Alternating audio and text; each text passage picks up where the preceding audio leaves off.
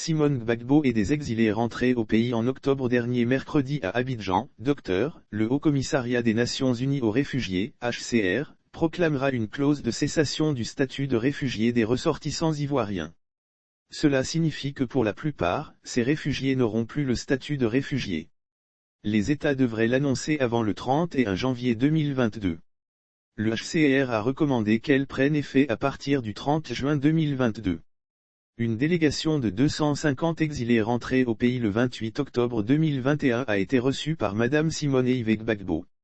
Au cours de la rencontre, Madame Fatou Salomé, chef de délégation, a révélé qu'il y a encore des milliers d'Ivoiriens restés au Ghana dans les camps d'Ampin, d'Ejierom et de Feutanta.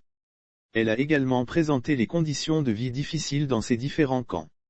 Le HCR qui était chargé de nous donner des vivres, nous les ont coupés en 2015. C'est grâce à la mobilisation de la diaspora que nous avons eu des aides, a-t-elle affirmé.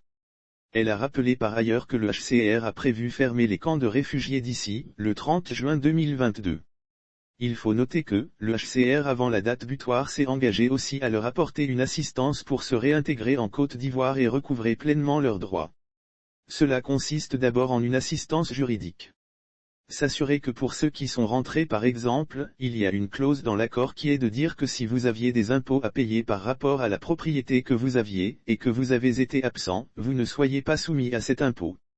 Si certaines propriétés vous ont été prises pendant que vous étiez absent, qu'elles vous soient retournées.